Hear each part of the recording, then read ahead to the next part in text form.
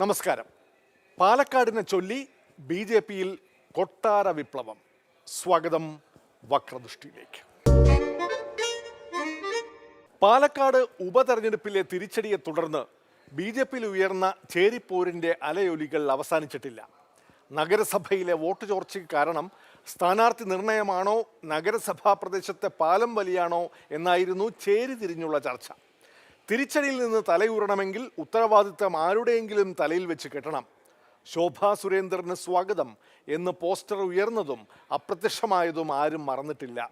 നഗരസഭാ മേഖലയിലാണ് കാര്യമായ വോട്ട് ചോർച്ചയും. ആരായിരിക്കും മാടമ്പള്ളിയിലെ ആ യഥാർത്ഥ ചിത്തരോഗി? പാലക്കാട്ടെ തിരിച്ചടിയിൽ തലയൂരാൻ തന്ത്രപരമായ നീക്കവുമായി സുരേന്ദ്രൻ പക്ഷം. വേറെ ആരുടെയെങ്കിലും തലയിൽ വെച്ച് കെട്ടാൻ പറ്റുമോ എന്ന് നോക്കാൻ. അത് തന്നെയാ ഞാനും ആലോചിച്ചുകൊണ്ടിരുന്നത്. ആരുടെ തലയിൽ വെച്ച് കെട്ടാനാ? ഞാൻ ആലോചിച്ചിട്ട് ഒരു വഴിയേ കാണുന്നുള്ളൂ. എന്തോന്നാ? ശക്തി കേന്ദ്രത്തിലെ വോട്ട് ചോർച്ചയിൽ ശോഭാ സുരേന്ദ്രനെ പ്രതിക്കൂട്ടിലാക്കാൻ സംസ്ഥാന നേതൃത്വം. എനിക്ക് അതിലൊക്കെ സന്തോഷമേ ഉള്ളൂ. എന്താ കാരണം എന്നറിയാം, ഞാൻ ഇത്രയും വലിയ ഒരാളായിട്ട് നിങ്ങൾ എല്ലാവരും കണക്കാക്കുന്നുണ്ടല്ലോ എന്നുള്ളതിൽ എനിക്ക് വളരെ വളരെ സന്തോഷം.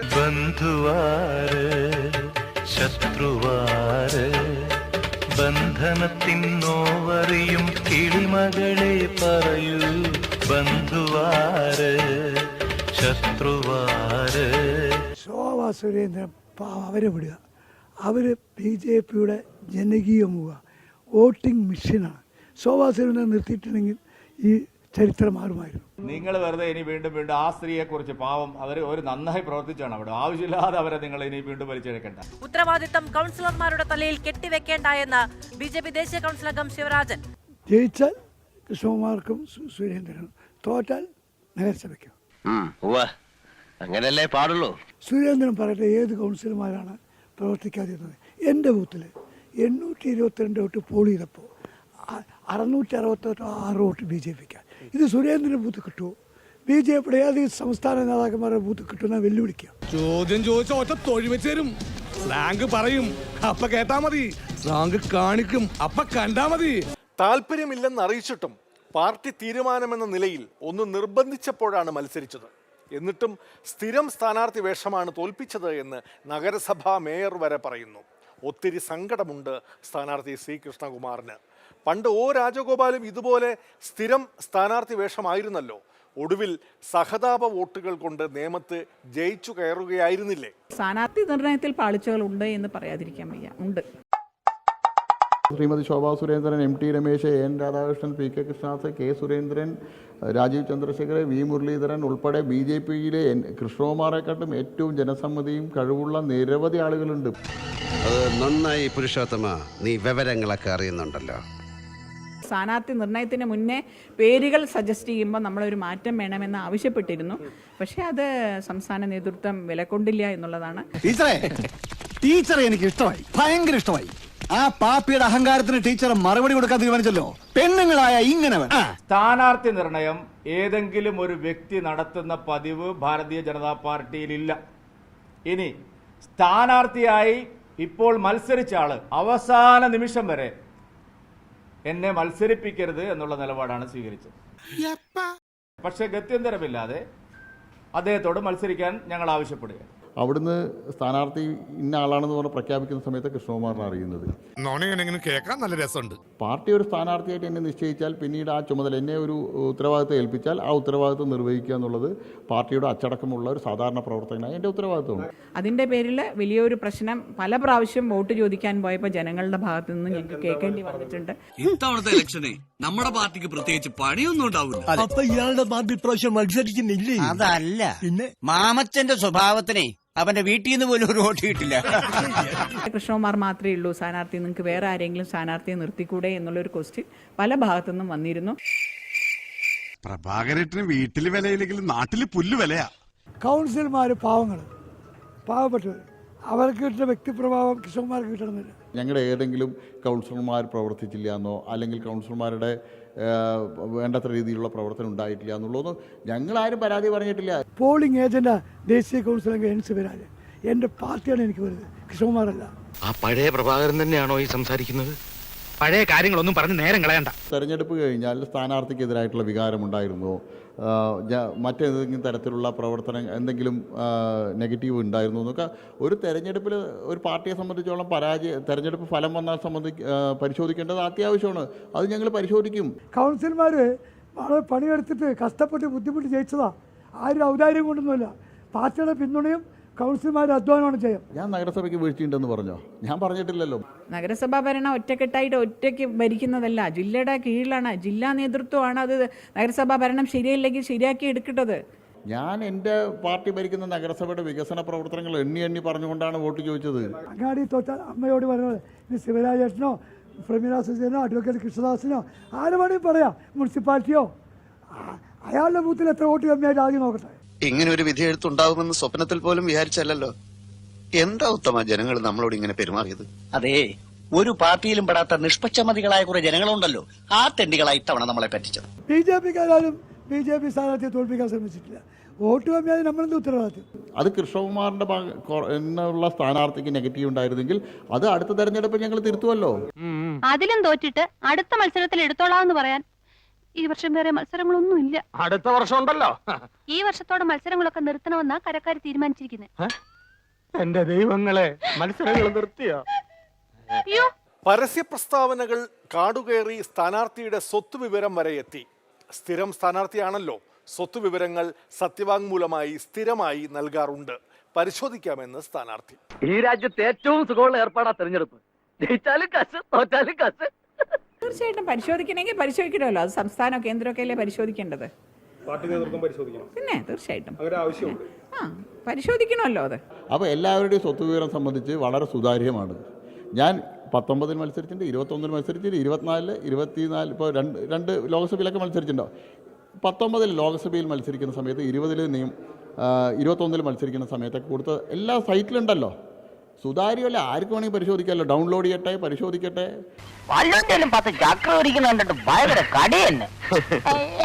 പരസ്യ പ്രസ്താവനകൾ നടത്തിയവരെ കുറിച്ചും എല്ലാം പരിശോധിക്കും. പാർട്ടിക്കകത്ത് ഒരു സംവിധാനമുണ്ട്, ആ സംവിധാനത്തിന് മുകളിൽ പ്രവർത്തിച്ചവർ ആരാണെങ്കിലും പരിശോധിക്കും. പാലക്കാട് പരാജയത്തിന്റെ പേരിൽ സംസ്ഥാന അധ്യക്ഷൻ കെ സുരേന്ദ്രന് സ്ഥാനചലനം വരെ പ്രവചിക്കുന്നവരുണ്ട്. താൻ നിൽക്കണോ അതോ പോണോ എന്ന് കേന്ദ്ര നേതൃത്വം തീരുമാനിക്കുമെന്ന് കെ സുരേന്ദ്രൻ. അല്ലെങ്കിലും തെരഞ്ഞെടുപ്പുകൾ ഇങ്ങനെയൊരു താങ്ക്ലെസ് പരിപാടിയാണ്. തോറ്റാൽ പഴി പ്രസിഡന്റിന്, ജയിച്ചാൽ ക്രെഡിറ്റ് പാർട്ടിക്കാർ വീതിച്ചെടുക്കും. എല്ലാ തെരഞ്ഞെടുപ്പുകളിലും വിജയിക്കുമ്പോൾ ക്രെഡിറ്റ് മറ്റുള്ളവർക്കും, പരാജയപ്പെടുമ്പോൾ പ്രസിഡന്റിനുമാണ്. സ്വാഭാവികമാണല്ലോ. അത് ഞാനത് കേൾക്കാൻ വിധിക്കപ്പെട്ടവനാണ്. അതുകൊണ്ട് അതിലെനിക്ക് പരാതിയില്ല. എന്തല്ലേ, എൻ്റെ അധ്യക്ഷ സ്ഥാനം ഇപ്പോൾ ഒഴിയണമോ അതല്ല കാലാവധി തികയ്ക്കണോ എന്നൊക്കെയുള്ള കാര്യങ്ങളിൽ അന്തിമമായ തീരുമാനമെടുക്കുന്നത് പാർട്ടിയുടെ കേന്ദ്ര നേതൃത്വമാണ്. അതിൽ വ്യക്തിപരമായിട്ടുള്ള ഇഷ്ടാനിഷ്ടങ്ങൾക്ക് യാതൊരു പ്രസക്തിയുമില്ല. എത്രയൊക്കെ ബഹളം ഉണ്ടാക്കിയാലും ഞാനിരിക്കുന്ന ഈ കസേരയിൽ ഇരിക്കാന്ന് വ്യാമോഹിക്കണ്ട. എന്റെ സ്വഭാവം പിന്നെന്തോന്നു, ഞാൻ വെറും ചന്തയാണ്, അതറിയാലോ. പിന്നെ സ്ഥാനാർത്ഥി നിർണയത്തിൻ്റെതായാലും തെരഞ്ഞെടുപ്പ് പ്രചാരണത്തിൻ്റെതായാലും അതുപോലെ തെരഞ്ഞെടുപ്പിലെ ഔട്ട്കമ്മിൻ്റെതായാലും 3 മണ്ഡലത്തിലെയും പ്രാഥമികമായ ഉത്തരവാദിത്വം സംസ്ഥാന അധ്യക്ഷന് തന്നെയാണ്. എൻ്റെ പ്രവർത്തനത്തിൽ എന്തെങ്കിലും വീഴ്ച ഉണ്ടായിട്ടുണ്ടെങ്കിൽ അത് ഓഡിറ്റ് ചെയ്യപ്പെടണം, ഓഡിറ്റ് ചെയ്യപ്പെടും. സംശയം ഉണ്ടെങ്കിൽ ആ ഗിരിനഗർ കോളനിയിൽ ഒന്ന് അന്വേഷിച്ച് നോക്കിയാട്ടെ.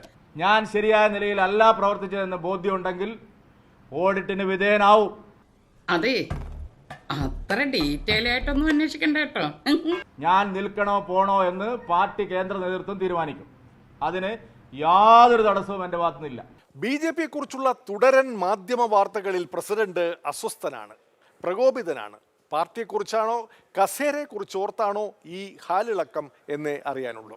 പാലക്കാട് ഉപതെരഞ്ഞെടുപ്പിൻ്റെ മറവിൽ നൂറുകണക്കിന് ബലിദാനികൾ ജീവൻ നൽകി പടുത്തുയർത്തിയ ഒരു മഹാപ്രസ്ഥാനത്തെ കരിവാരിത്തേക്കാൻ കഴിഞ്ഞ 3-4 ദിവസങ്ങളായി മാധ്യമങ്ങൾ നടത്തുന്ന ശ്രമത്തിന് ഒരു തരത്തിലും അംഗീകരിക്കില്ല. അത്തരം നെറികേടുകൾ കാണിച്ച ഒരുത്തനെയും വെറുതെ വിടുകയുമില്ല. എല്ലാത്തിനെയും കുത്തും ഞാൻ. 4 മാസമായിട്ട് കത്തിക്ക് റെസ്റ്റാണ്. ഇനി ആ റെസ്റ്റ് കൊടുക്കൂല, നേരത്തെ കുത്തും ഞാൻ. കേരളത്തിലെ മാധ്യമപ്രവർത്തകരോടാണ് ഒരു മഹാപ്രസ്ഥാനത്തെ അപമാനിക്കാൻ, പൊതുസമൂഹത്തിൽ അപകീർത്തിപ്പെടുത്താൻ ശ്രമിച്ച ഒരു മാധ്യമപ്രവർത്തകനെയും വെറുതെ വിടില്ല, അതിലൊരു സംശയവും നിങ്ങൾക്ക് വേണ്ട. എന്നെ ഒന്ന് ആശുപത്രിയിൽ കൊണ്ടുപോകണം. എനിക്കെന്തോ അസുഖമുണ്ട്. കാരണം നിങ്ങൾ ഇത്രയൊക്കെ പറഞ്ഞിട്ടും എനിക്ക് പേടിയാവുന്നില്ല. അതൊരു കുഴപ്പമല്ലേ ചേട്ടന്മാരെ? കെ സുരേന്ദ്രൻ പാർട്ടിയുടെ പ്രസിഡന്റ് പദവി ഏറ്റെടുത്തപ്പോൾ മുൻ പ്രസിഡന്റുമാരിൽ ഒരാളായ CK പത്മനാഭൻ മുന്നറിയിപ്പ് കൊടുത്തതാണ് സ്തുതി പാഠകരെ കരുതിയിരിക്കണം എന്ന്. വി മുരളീധരൻ പോലും കെ സുരേന്ദ്രനെ കൈവിട്ടതായാണ് സൂചന. അദ്ദേഹം പാലക്കാട്ടെ തോൽവിയെക്കുറിച്ച് ചോദിച്ചാൽ മഹാരാഷ്ട്രയിലെ വിജയത്തെക്കുറിച്ചാണ് സംസാരിക്കുന്നത്. പിന്നെ ഒരു ആശ്വാസമുണ്ട്, പല സംസ്ഥാനങ്ങളിലും സംസ്ഥാന പ്രസിഡന്റ് പദവിയിൽ നിന്ന് നീക്കുന്നവരെ ഗവർണർ പദവി കാത്തിരിപ്പുണ്ട്.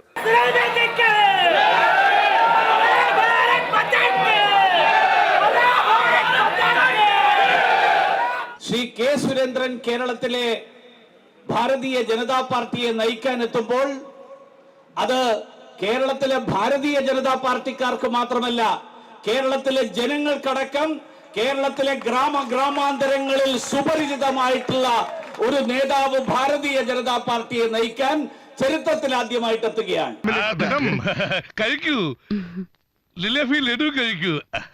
പാലക്കാട്ടെ കനത്ത തിരിച്ചടിക്ക് പിന്നാലെ BJP-യിൽ കലാപക്കൊടി. കെ സുരേന്ദ്രനെയും C കൃഷ്ണകുമാറിനെയും മുന്നമിട്ട് വിമർശനങ്ങൾ. സുരേന്ദ്രനോട് എനിക്ക് പറയാനുള്ളത്, ആരോഗ്യകരമായ വിമർശനത്തെ സ്നേഹപൂർവ്വം സ്വാഗതം ചെയ്യണം.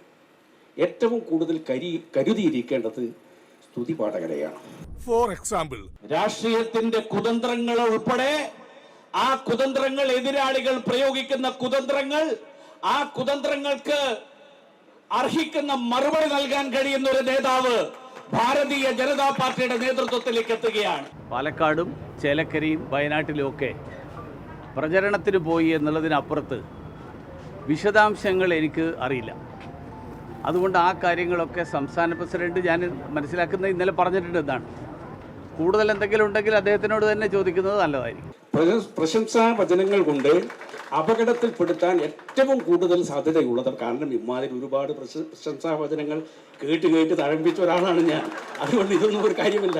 അതൊക്കെ പ്രസിഡന്റ് പറയും. മഹാരാഷ്ട്രയെ കുറിച്ച് നിങ്ങൾക്ക് എന്തൊക്കെ അറിയാനുണ്ടോ ഞാൻ പറഞ്ഞുതരാം. സുരേന്ദ്രൻ തന്നെ അത് പറഞ്ഞു. അത് ഈ ഷുഗർ പേഷ്യന്റിന് അധികം മധുരം സ്നേഹത്തോടു കൂടി കഴിക്കൂ എന്ന് പറഞ്ഞ് കൊടുക്കുമ്പോൾ വളരെ ശ്രദ്ധിക്കണം. ഫോർ എക്സാമ്പിൾ, കഴിക്കൂ ലഡു കഴിക്കൂ. അത് ഇതിന്റെ അളവ് മേലോട്ട് ചേരുമ്പോൾ അത് വളരെ പ്രശ്നങ്ങൾ ഉണ്ടാക്കും. പ്രസിഡന്റ് പറയും. അല്ല, അതിനാണല്ലോ പറഞ്ഞത്. അതാണ് പ്രസിഡന്റ് പറയുന്നത്. വേറെ എന്ത് പറയാനാ?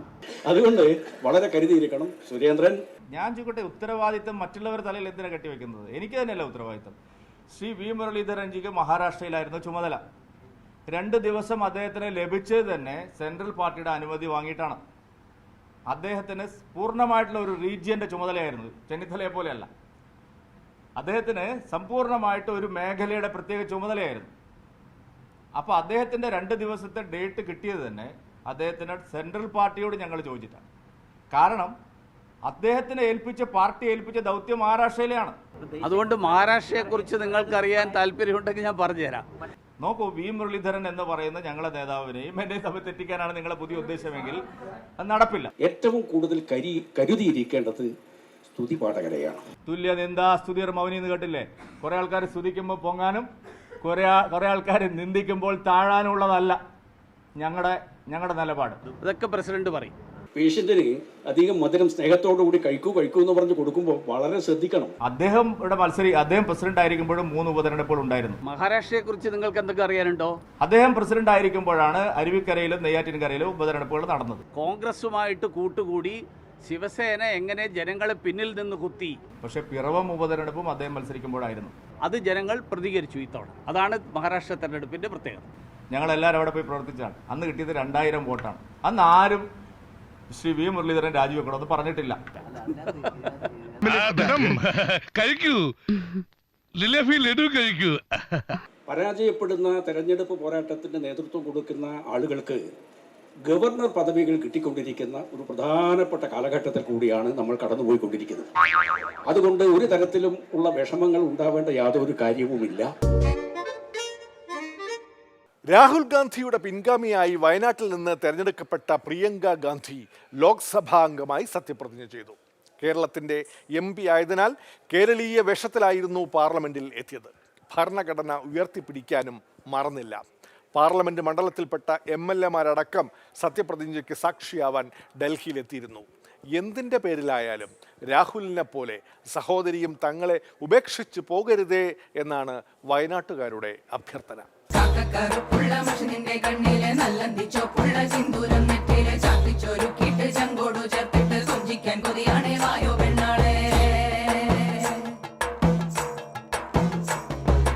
That Priyanka is going to fight the election in Wayanad. Priyanka Wayanad से चुनाव लड़ेगी. വയനാട് പ്രിയങ്കയെ നെഞ്ചേറ്റിയത് മിന്നുന്ന ഭൂരിപക്ഷത്തിൽ രാഹുലിന്റെ നേട്ടവും മറികടന്ന് മുന്നേറ്റം.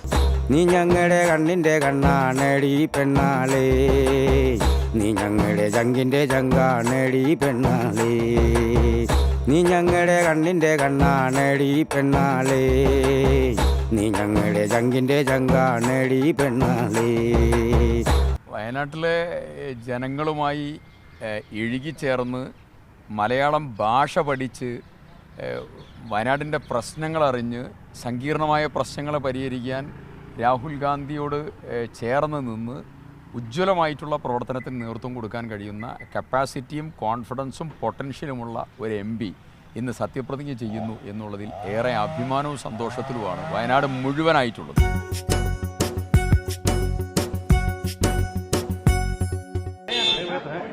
മലയാളി പെണ്ണെ നിന്റെ മുഖശ്രീലായിരം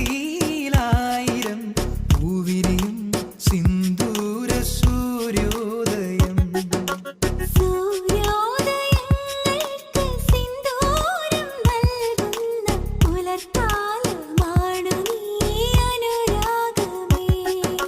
मैं प्रियंका गांधी वाड्रा जो लोकसभा की सदस्य निर्वाचित हुई हूँ, सत्यनिष्ठा से प्रतिज्ञान करती हूँ कि मैं विधि द्वारा स्थापित भारत के संविधान के प्रति सच्ची श्रद्धा और निष्ठा रखूंगी.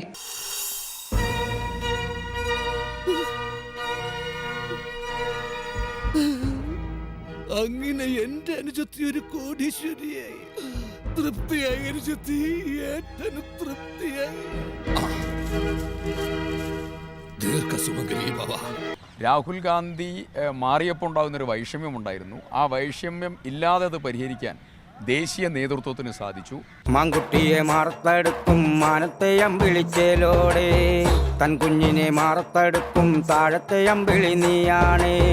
ഒരുപാട് വലിയ ചരിത്രത്തിലേക്ക് അവർ നടന്നു നീങ്ങുമ്പോൾ അവരുടെ രാഷ്ട്രീയ തെരഞ്ഞെടുപ്പ് ചരിത്രത്തിൽ വയനാട് എക്കാലത്തും വളരെ തെളിമയോടുകൂടി നിൽക്കുമെന്നുള്ളതാണ് ഞങ്ങൾക്ക് ഏറ്റവും സന്തോഷം നൽകുന്ന കാര്യം.